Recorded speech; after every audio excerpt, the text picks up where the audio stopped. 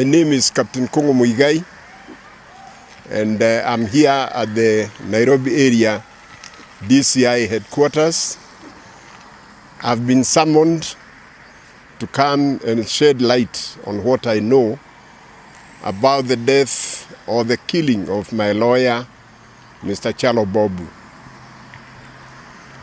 Once again, I would say it is with great sorrow and sadness. Kenya woke up to shocking news, a storm not in the skies but in the heart of the nation's judiciary. Former President Uhuru Kenyatta's cousin has come out guns blazing, with claims so explosive they could shake the very foundation of justice in Kenya. He alleges that Chief Justice Martha Koome, the head of the judiciary, and other senior judges are linked to the mysterious assassination of lawyer Mbobu.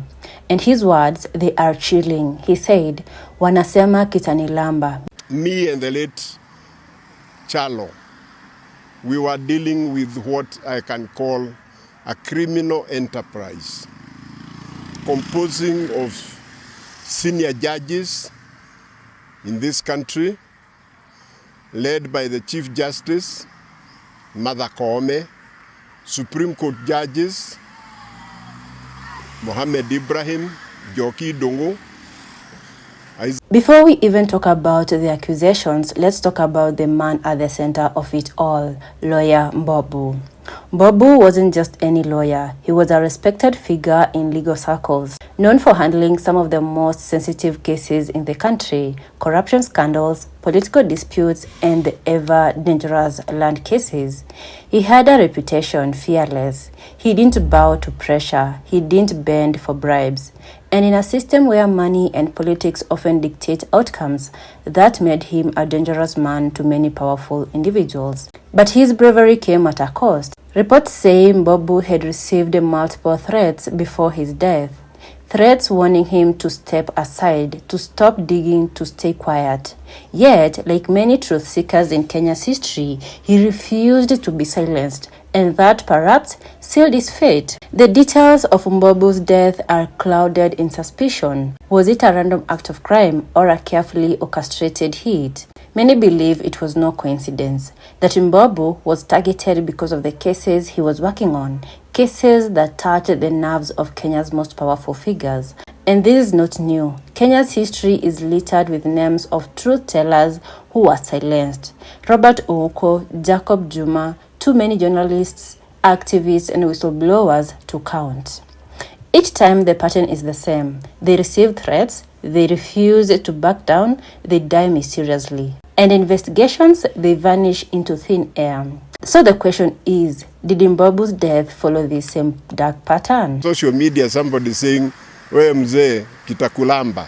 Ni kweli kitanilamba, lakini hata nyinyi mjue, if it can happen to me, if my property can be grabbed through a fake court order, and 20 judges uphold that order because they have been bribed, ask yourself, you who are sitting in your house comfortably, think what will happen to you tomorrow. This time, the accusations didn't come from just anyone. They came from inside the powerful Kenyatta family itself.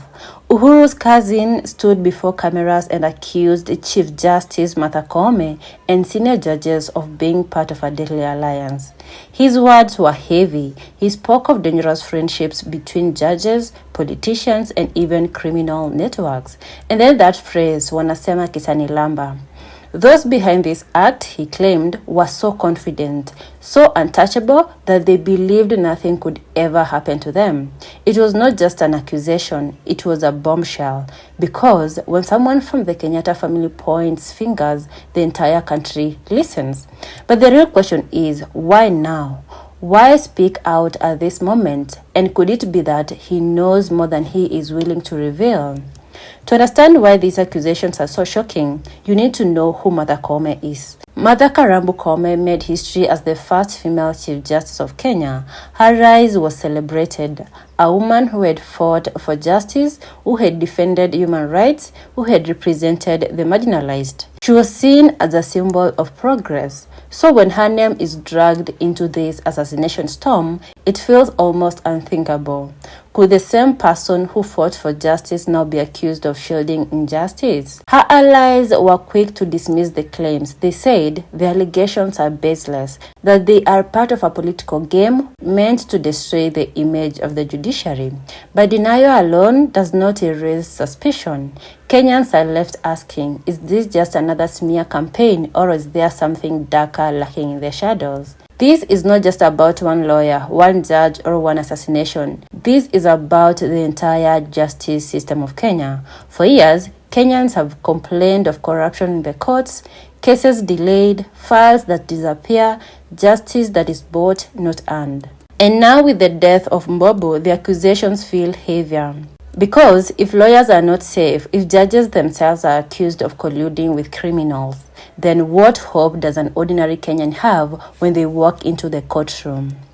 This is why the story of Mbobu matters, because it's not just about him, it's about the future of justice in Kenya. The people of Kenya are not silent. From social media platforms to the streets, Kenyans are demanding answers. They want to know who killed lawyer Mbobu. They want to know why. They want to know why the judiciary is so quiet. Civil society groups have also joined the fight. They are calling for an independent investigation, not one controlled by the state, not one swept under the carpet. But will all their voices be enough, or will they too be silenced in the noise of politics? And then comes the man at the top, President William Ruto. This case now lands on his desk. Will his government investigate no matter where the truth leads, or will they allow the story to fade like so many others before it? Ruto has spoken about reforms, about fighting corruption, about projecting justice, but here is Mbobu's case. Those promises will be tested, because if he acts, he risks a war with the judiciary. If he doesn't, Kenyans will lose faith that justice can never be found under his watch. Lawyer Mbobu's death is not just a tragedy, it is a symbol of what happens when the truth collides with power in Kenya. The accusations are shocking, the denials are loud, but the silence of truth is deafening.